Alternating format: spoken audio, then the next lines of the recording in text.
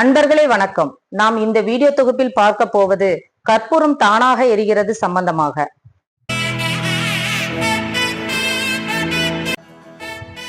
அன்பர்களே, நாம் இப்போது பார்த்து கொண்டிருக்கும் வீடியோவில் ஒரு எலுமிச்சம் பழம் மீது கற்பூரம் வைக்கும் போதும் தேங்காய் மீது கற்பூரம் வைக்கும் போதும் கற்பூரம் தானாக எரிகிறது.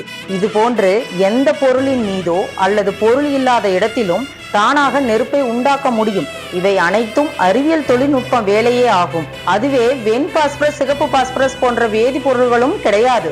இதைதான் தற்போது ஒரு சில மாந்திரிகவாதிகளும் அகோரிகளும் அறிவாளிகளும் மாந்திரீக சக்தி மூலமாகவும் குட்டி தேவதை ஜின் போன்ற சக்தி மூலமாகவும் தான் எரிகிறது என்ற தவறான கருத்தை தெரிவிக்கின்றனர்.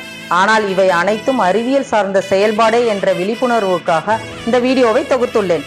மேலும் இந்த செயல்பாடு விளக்கம் பெற கீழ்கண்ட எண்ணிற்கு தொடர்பு கொள்ளவும். நன்றி, வணக்கம்.